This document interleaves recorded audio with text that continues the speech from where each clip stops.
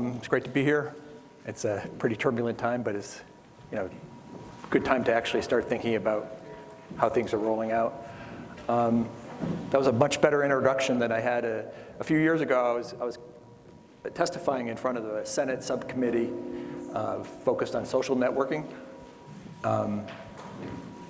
It's the second time I testified in front of Congress. The first one was like 2009 with the Armed Services Committee, and my only contribution then was to get out of Afghanistan, make any excuse possible, but get out early.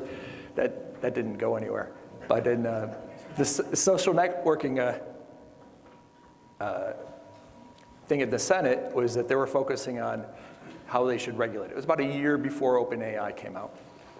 And I was there because I was one of the pioneers with social networking. We basically built the initial infrastructure, RSS, and the first podcast and things like that back in 2001, way before Facebook and Twitter, and built a product that looked pretty much the same thing as we see now.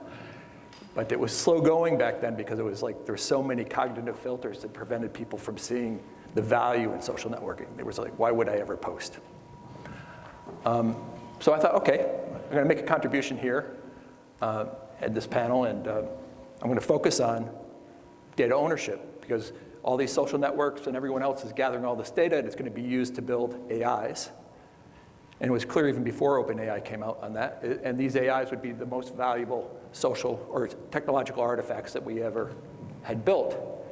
And that if we had data ownership, since our data is being used to build them, it would kind of mean that it would force the system to share the wealth that was being created, as we contributed.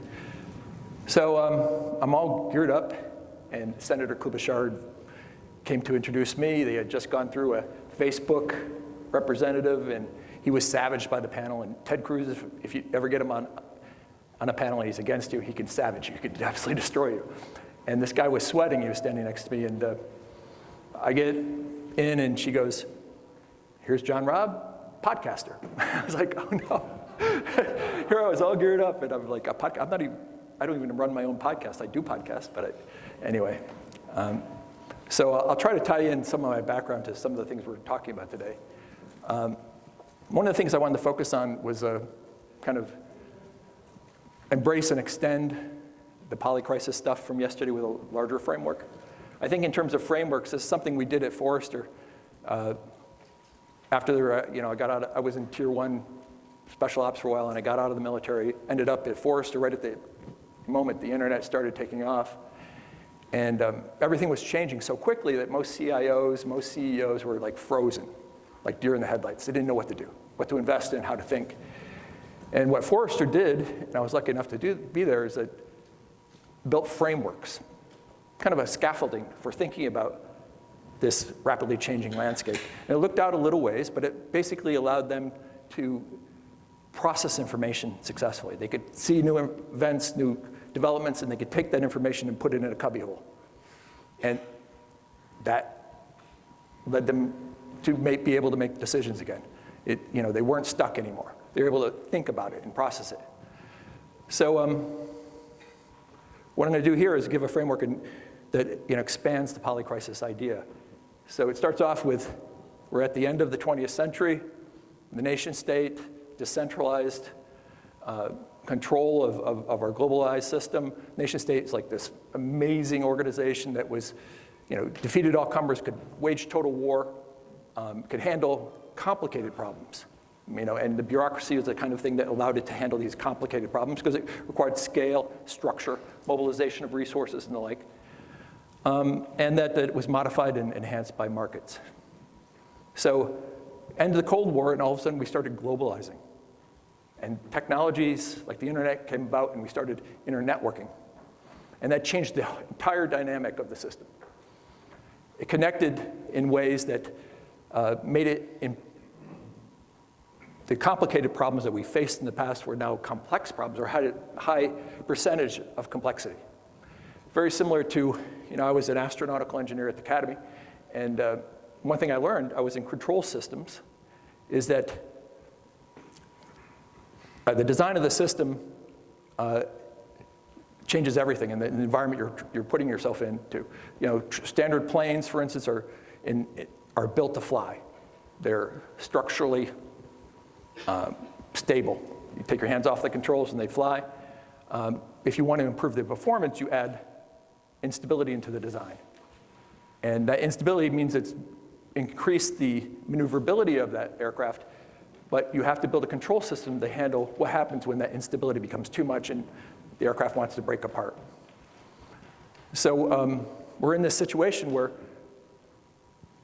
the crises that we handled in the past that were manageable in the nation state were not the same kind of things that we were used to dealing with. For example, back in 2001, we brought China into the WTO. That led to China growing very fast economically. Its demand for oil started skyrocketing. That put pressure on the oil markets. And so by 2006, we had a very tight oil market.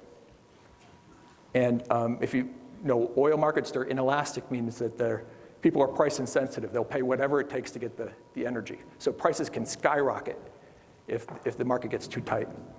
And two places in the world, Nigeria and Iraq, we had guerrilla groups that were attacking the systems infrastructure of oil production. And the men in Nigeria and the Iraqi insurgents in Iraq were able to wipe out 1 million barrels a day, respectively, take it off the table. And the price of oil just started to zoom. It went to $147 a barrel in 2007, and the whole global economy started to grind to a halt. Something happened also in the US is that in the American Southwest, you had very leveraged consumers who had to make the decision of whether they're going to fill their tank or pay the mortgage. And 99 times out of 100, people opt to fill their tank. And we saw default rates start to skyrocket on mortgages. Normally, that wouldn't be a problem, but what happened also with globalization is that it concentrated wealth globally and created this massive pool of investment. And there weren't any financial instruments that could handle that much money. So they focused on trying to find a way to allow people to use that money for hedging and betting. And the biggest market they could go after was US mortgages. So they built a financial instrument that worked on that. And it was built on a bunch of fraudulent assumptions. And they knew over time that these assumptions were bad. And they continued to sell it regardless. And when that went on and on and on until the default rate started skyrocketing due to oil prices, and the wheels came off the bus and we had the financial crisis after that. So you can see how these problems are so complex that the standard means of actually dealing with this wasn't in place, it wasn't available to deal with it. What also happened is that, so we have this polycrisis that starts to come because these problems are developing and interacting in ways that we don't have any way to actually get ahead of them. And then the nation state started to suffer. So the nation state started to get hollowed out by globalization and internet networking. Lost control of its borders, like we saw in the last 40 years, is an amazing example. Lost people flows, communications, lost control of the messaging. Institutional media doesn't control the messaging anymore, which means the nation state doesn't control it. Lost control of its finances, lost control of its economy because of high levels of trade. So it's not independent anymore, it's interdependent. And that the nation state became a shell of what it was. And the levers of power that it used to have to handle problems diminished. So then we ended up in a situation called a permacrisis. Meaning the government response to the crisis often amplified the crisis or made it more difficult to deal with. Is there's ways the government can move beyond this and deal with this more complex global system. Is that we have to develop a new decision-making layer. And we're already in the midst of developing it. David Bromfeld of Networks and Net Wars had a great insight into this. He had the TIMN framework. I'm sure you all heard of it. It's tribes, institutions, markets, networks. So you had the tribal layer is our old as human civilization's been around. It's the layer that lets us trust, is that the other person talking to you isn't out to get you. What they're saying is truthful to the extent possible. And that people outside of the tribe, you don't trust them. And we've changed it and morphed it over time, and now it's nationalism. And up until the end of the century, that worked. We had a degree of trust between people who were Americans. And that's diminished substantially. Then we had institutions, which are bureaucracies, and markets, which allocate resources. And both of those decision-making systems came out of printing.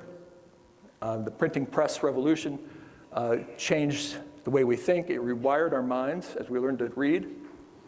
And that it also, or since it rewired our minds, and this is a McLuhan kind of insight, is that we started remaking the organizations, the social organizations that we interact with based on that new wiring. The process that we went through to actually find decision-making systems at the social level that worked was pretty bloody and pretty awful. Took a long time. We figured out a way to get rid of monarchy and replace it with constitutional, a government built based on a document, markets that use corporations built based on contractual incorporation, contracts between participants, science, where you publish a paper and it's spread throughout this community, and then now it becomes a regularized process of actually discovering new things. So all the printing press revolution took a long time to play out, but we enjoy all of the benefits associated with that. And then we also did it we mixed these organizational types in the modern nation state. We use markets, which are used for information discovery, allocation of resources, to select the leadership of the bureaucracy, which is basically democracy, markets plus institutions. And now we have this new layer coming in to help us manage this new environment, this complex environment. And if you know from complex problems, is that complex problems are not amenable to standard bureaucratic processes of finding the solution. What you have to do is you have to run tons of pilots. You have to throw a lot of things against the wall and see what works, and you find that thing that works, and then you invest in it and you grow it. Those earlier decision-making systems don't work well in terms of finding that, but the network does. And that's what we have to figure out how to actually put into a structure that works for us, and we can incorporate it into everything else. I started writing about networks back in 2003 while I was doing the social networking thing. And I wrote a blog called the Global Guerillas blog. And it's largely due to my response to the kind of analysis that was coming out of Iraq. I thought it was wrong, and it wasn't really describing the situation correctly. And based on my experience in Tier 1 counterterrorism and my stuff on the network and network thinking at Forrester and building companies, I saw that it was operating in a different way, and we were having something called an open source insurgency. Instead of one big insurgent group, there were 70 different groups. And each of these groups had different motivations for participating in the insurgency, yet they were able to work together and share innovations and share information on what the best methods were to attack, what the best targets were, all on an informal basis. Because if you put two of those groups in the same room, they would kill each other. And what unified them was this common plausible promise, this one thing, this goal that kept them together. In this case, it was kick the US out. So I tracked the open source insurgency and wrote a book about it. Made some open source insurgencies with these small groups could hit above their weight by getting leverage by attacking networks, attacking systems. So you ended up with groups that if they attacked a network in the right way, electricity, energy, social networks, they could get 1,000,000 to 1. For every dollar invested, they get 1,000,000 in return. And we saw this again and again and again happening across the entire world. Those open source insurgencies started to move online. And by 2010 and 11, we saw open source protests come out of this. So the same kind of dynamic worked for the big protests in the big Arab Spring. Again, a decision-making system where all these people came together to get rid of Mubarak and others, even though they didn't agree with each other. They agreed on a similar goal. And they were organized in a very informal fashion, mostly through online means. And we saw it also in the US with Occupy and others. And about 2016, we saw it with the Trump campaign was largely what's an open source insurgency applied to politics. Because it really was, as much as it wasn't formally organized in the way that we were used to, and it was really a bunch of different people all contributing in different ways to get him into office for different reasons. And that changed over time. Is one big problem with open source insurgencies is that, and any kind of open source protest, was that once it achieved the goal, the whole thing fell apart. All the old disagreements with everybody else all came to the fore. Everyone started to fight for power. So if it failed to meet its goal, or if it met its goal, it didn't have any lasting power. And so what we've seen in the US over the last 80 years is the development of a network party system based on tribalism. And tribalism has a dynamic in it that lets the network sustain itself over time. And it leveraged something that was happening when we started getting on social networks. Social networks started to rewire us. It changed it's actually changing our brain at a neural level. And what happened is that because the levels of information flow that we were exposed to are so great and so diverse and so chaotic and so confusing, is that we don't process information like we did 20 years ago. Instead of reading things in long form, making decisions on discrete ideas, we pattern match. And we pattern match by taking things out of the flow and putting them together in cohesive patterns. That individualized pattern matching became group pattern matching, where these patterns were pre-formatted or prefabbed and given to you, and then you were participating in it in order to understand what was going on. And it got up to the red tribe, blue tribe that we have, and they had totally different methods of pattern matching. Somebody said yesterday that there's a big problem with correlation is not causation. And in the literary mind, that makes a lot of sense. We look at things individually. People don't think that way anymore. They think in terms of patterns. They see this fact as part of a larger tapestry of what's going on. And to refute that fact challenges the entire pattern, their whole way of understanding the information and making sense of the world. The two tribes that we got were, red tribe is mostly run by big hubs of truth tellers, people seeking alternative explanations for the truth, and they have a big following. I call them evolved social ledgers. A social ledger is the digital representation of a person that lives online. We all have social ledgers. Your digital version of you kind of determines whether or not you're successful at work or not, or successful out in the world. Sometimes most of the people that you're interacting with only know you through that ledger. They don't know you face to face. And the success of that ledger determines how successful you are in the real world. Well, these ones online are very, very big, and they evolve through feedback from the people that are following them. So you have like a Musk who goes off and says this, and then he gets feedback, and he evolves that position. And his pattern of making sense changes over time. Danger with that also is the backside is that you could have ledger overwrite.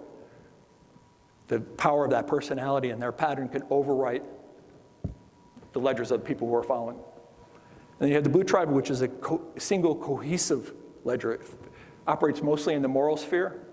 So it's very different from the big hubs who operate more on a maneuver warfare basis. The blue tribe has this, uses the tribal dynamic of in tribalism, it's built on stories, how to build kind of a blood relation with other people who aren't actually related to you. was kind of like a trick that we used to grow tribes from just clans where people were actually related to us to a group of people that were not, and it allowed the organizational size to grow. It uses stories and rituals. Why we are good together, how we were founded, where we're going in the future, what challenges we face. Those common positive stories, what unite us. What happens online in the tribal space is that, at least in the Blue Tribe, for instance, uses a opposition to evil, opposition to some major problem, and they identify that problem as it comes out in events, and they analyze that news and then find reasons to link it to that pattern and oppose it. The reverse tribalism, it works on the red side too in a different way, but it's very combative, very aggressive. Not the best way for us to move forward in terms of trying to find a way to turn the network into a good decision-making system. And now we're seeing with the current administration the first kind of networked governance, which is completely different than anything we've experienced in the past. It's pretty chaotic. It uses open source dynamics, lots of people, lots of big social ledgers. Highly evolved social ledgers are the ones coming in cabinet positions, people with long histories of interaction. People you don't, in the past, you would not know a lot of the people who became heads of agencies. They're gray suits, they're part of the bureaucracy at some point. They don't have like this dynamic presence in the world. And now we're seeing these personalities come in. It operates in parallel. Everyone is innovating or doing something according to what they think is making progress. They share information. It's a very jarring process and very aggressive. Again, it's very early stage. Like, for instance, after the printing press, it took years and years and years and years to work out the kinks. And we were still kind of working out the kinks at the end of the 20th century. But it yielded so much more progress once we found new ways to use it.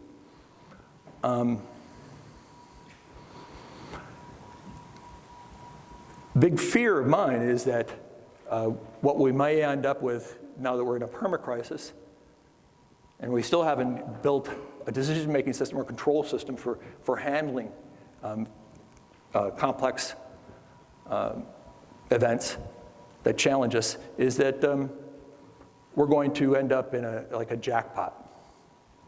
And there's like two jackpots. Jackpots from Gibson. It's when you start getting feedback loops on the events, and they happen, every event doesn't really tail off before the next event occurs, and they're still impacting, and they start to act synergistically, and things just roll into the tall grass. Things start falling apart.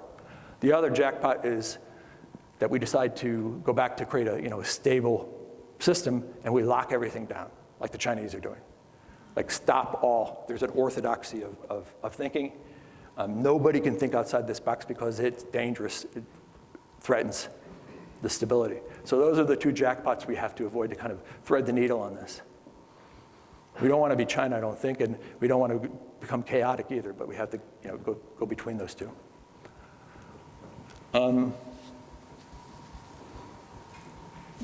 My initial kind of approach on this thing was to talk about the future of warfare, and that I included some reports in there. There are a couple big frames that I've been using to kind of look forward. One is that there are going to be less people involved in war. War is a young person's game. We had a population surplus, lots of young people that we use to fight these wars. That's already changing. You see it in Ukraine, where the average age of the soldier is 42, and young people fled. They left. There are not that many to begin with because Ukraine's been going through population decline. So I kind of dug into the numbers, and I found that fertility is dropped below replacement levels as of this year, worldwide. It's not limited just to the big developed countries, it's everywhere. And that you can see it in Mexico, and you can see it in South Korea, you can see it in Russia, you can see it in Even India's dropped below replacement level. And that rate of decline is accelerating. You know, there were the big factors, the wealth factors that were driving decline in fertility initially as people got wealthier, and globalization spread that wealth and made more countries wealthier. But then the network effect started hitting. And network effect is kind of like electricity. Electricity was one of the big parts of the wealth effect, is that when people got electricity, fertility went down because they had other things to do at night. So then we get to network effect, is that it's changing the way we think, the way we interact, and that's accelerating decline. I don't see any stopping point. All the big programs in terms of family leave and money, stipends, all sorts of things, housing availability, all that other stuff, doesn't do much. All of them have failed. They slowed it just slightly, but it didn't change the underlying dynamics. Now, whether you think this is a reason, you're probably wrong, because there's so many reasons. I identified too many. This is a complex kind of trend line here, that there's not going to be any way that we're going to easily fix this. It's going to have to run its course. And how bad it can get is probably looking at South Korea right now. South Korea is 0.68. Replacement rate is 2.1. It's basically 1 child for every 4 women. I mean, it's like an implosion, and we're all headed in that direction. The whole world simultaneously. It means less people to fight. You end up in a situation where countries aren't willing to waste or put at risk young people in war, because they're you lose too many and you don't have any kind of economic engine for the future. You also get the kind of social level pressure against warfare and expending them, is you have 4 grandparents and 1 child like China has. Makes you very risk averse in terms of sending them out. That's one of the big drivers for replacing them with autonomous weapons. I did a report for the chairman of the Joint Chiefs about looking forward 20 years. I don't think they had people on staff to do this, and I came in and wrote about autonomous weapons in the next 20 years. They don't look out like that usually, and I had a chance to kind of write this for them. And one thing we found is that autonomous weapons are going to be a game changer, and that we're going to start to employ them all the time. But that has big implications. A lot of the democracy and ways we think about organizing society are based on the need to have a society that can generate lots and lots of soldiers for total war. It's like an assumption that we've always had. It's one of the strengths and one of the drivers of the democratic capitalism that we have today. If that's not needed to wage war anymore, and it's based on finances, things change a lot. So a guy like Musk or anybody who has significant wealth and access to robotics, they could potentially field an army of 20 or 30,000 autonomous weapons, humanoid drones that will follow their orders. Just a matter of cost. And then there's also the lethality of punching in autonomous weapons. Makes the battlefield too lethal for human beings to be there. So we may see kind of aberrations where we have a capture the flag kind of contest, say with China over the Spratly Islands or whatever, and then we have a zone of 100 miles where we throw in the autonomous weapons and let them battle it out. See who can stay there the longest. It's kind of a demonstration of technological progress or prowess. The problem we face right now is because the U.S. has been relatively hollowed out by globalization, that we don't have the kind of economic independence we had in the past. In particular, we allowed all the chip production that we rely on for AI and everything else to go to Taiwan. And we're completely dependent on that for AI and all kind of technological progress that we have. So if that goes away, we would be in a bad position. We've also lost control of drones. I think the FAA killed it unnecessarily. We could have had a revolution in drone deliveries, in drone infrastructure. That would have built up a safety system that would have allowed us a lot more physical protection and control over the drone environment, and a lot of leverage that we don't have today. And now China is producing almost all of the drones in the world. It's not an easy thing to catch up on.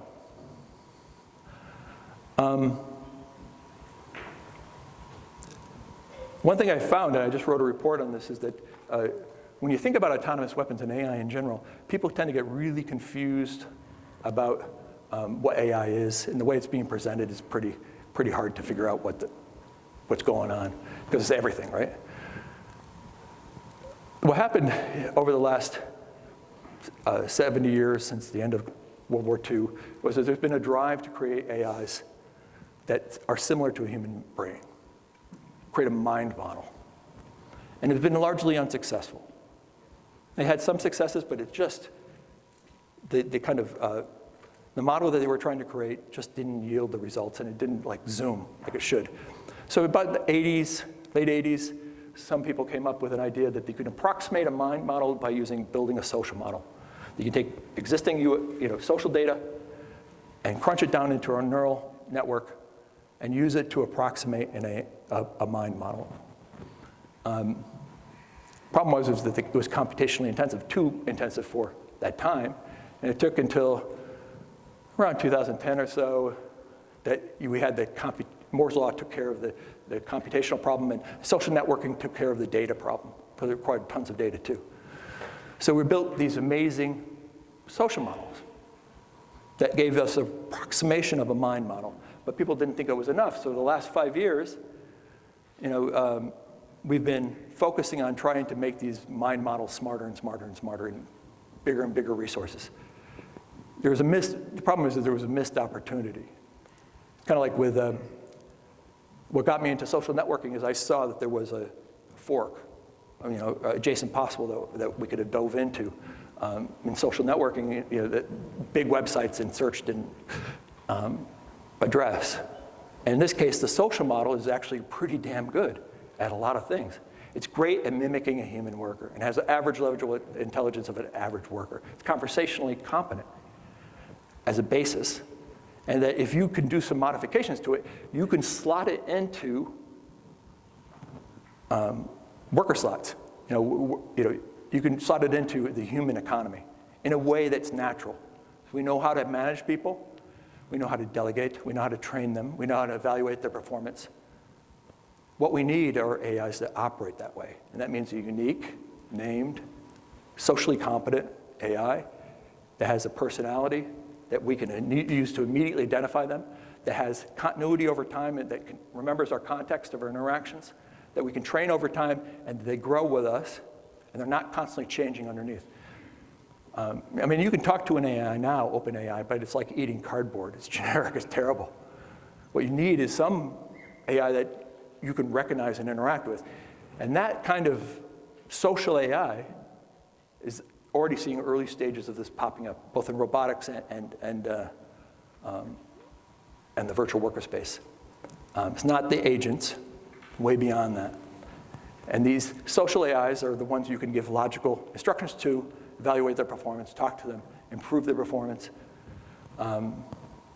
work with them over time as coworkers. Doesn't make them human, but it makes them approachable, makes them likable, a likable AI.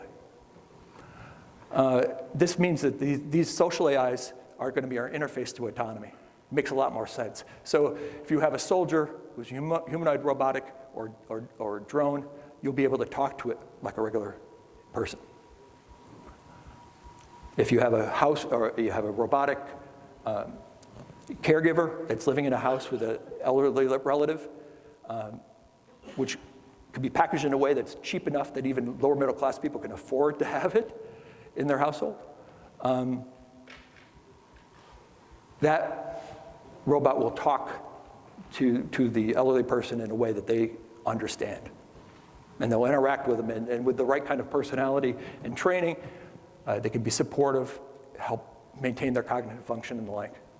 And then in the workplace, one thing I'm, again, pushing this data ownership idea is that if these social AIs really want to take off, is if I'm an entrepreneur and I have a social AI working with me, and I hire some people and I build some social AIs based on a social AI platform, I want to control the data. I don't want to, if I train somebody up to do marketing, or sales, or whatever unique thing that I'm doing inside my company, I do not want it to go into the general model. Makes no economic sense. So we'll see that take off, particularly the open source AI code. There will be a mind shift also the way AIs are distributed. You'll have, instead of trying to get the best or smartest model, you have good enough models. And these good enough models already run on PCs. And they'll be trainable, meaning you can actually alter the model pretty soon, train it, without requiring a city's worth of electricity to do it.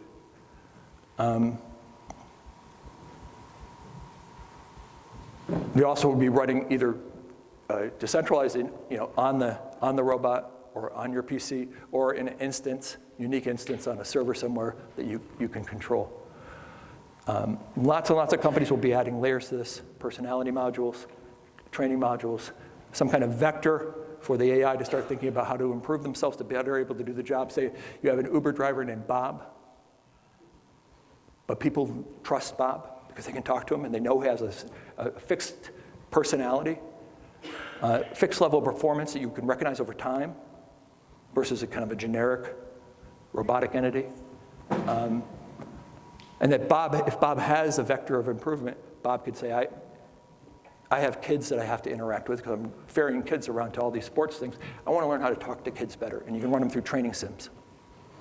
So the big shift will be from spending all this money exclusively on making an AI mind model smarter to running big simulations. You already see it a little bit in NVIDIA. They created a physics model for training up robots to get them, robotic AIs, to get them up the curve very, very quickly by throwing lots and lots of scenarios at them. And then testing their ability to navigate those scenarios. We'll also see this for training in social skills. And that'll be a combination of simulation plus one-on-one with people that actually fill that role. They used to call those people, like people who train AIs, foxes. This was a term that they were using at Google early on, training them to drive successfully throughout an urban environment. We're going to see that kick in there. So how does this, now we have AIs, we have fewer humans, more AIs, what those AIs will look like. It's kind of a good handle. As you see it develop, it's going to be really easy for you to go, oh, I recognize that. Put everything you're seeing coming across on the feed into the right cubbyhole. You understand more about the networked organizational frameworks that we're talking about, that this is going to be a tough process. It's not going to end. We're not going to go away anytime soon. It's going to be traumatic, but we can get through it. But we have to think in terms of how to improve the performance of the network decision-making layer so it works better than it does today. How will autonomous weapons be used in warfare? I don't know how much time I got. Good? I'll dive into this topic. It will be used in different ways than what we're seeing. Most people talk about swarms, AI swarms at the tactical level,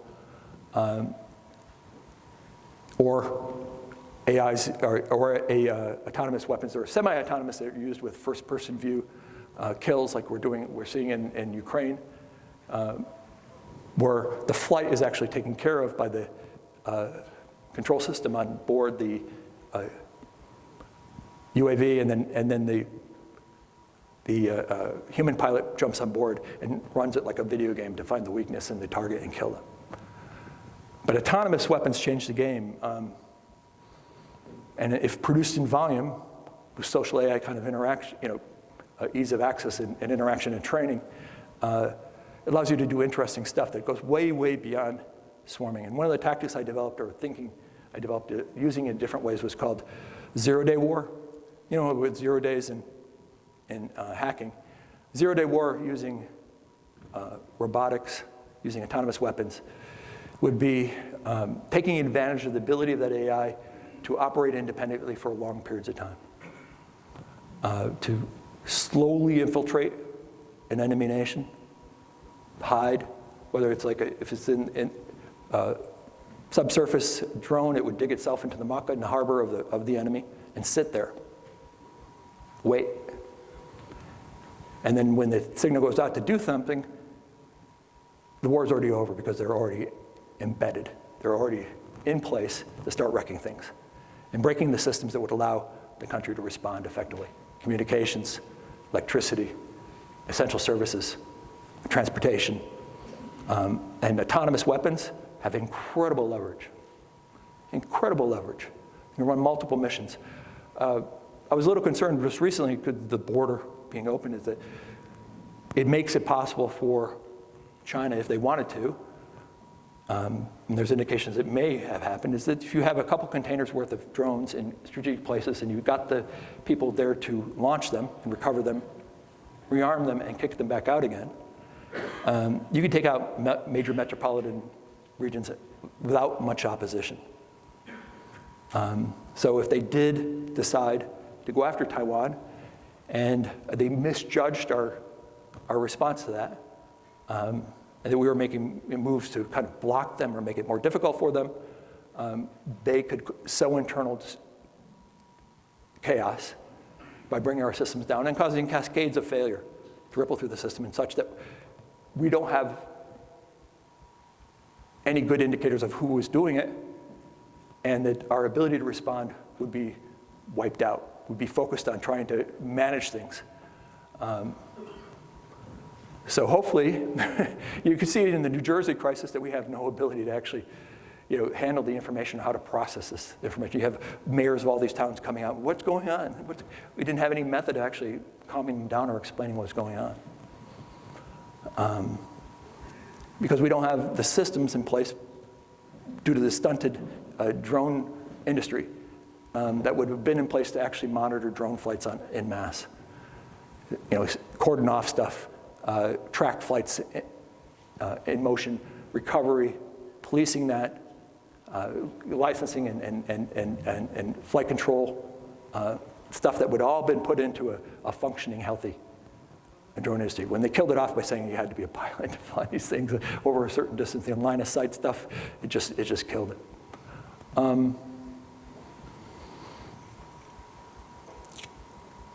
Autonomous weapons are really going to be really hard to wrap our heads around, particularly if it gets down to the individual level, where small groups could use these extraordinarily effectively. It opens up new strategies for a big trade war, a contested world with China, where we don't actually have a physical kind of confrontation with China, is that we have a contest for control over every bit of transportation and flow, whether it's data or shipping or land transportation.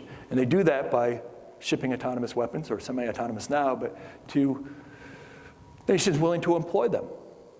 We saw that with the Houthis, right? And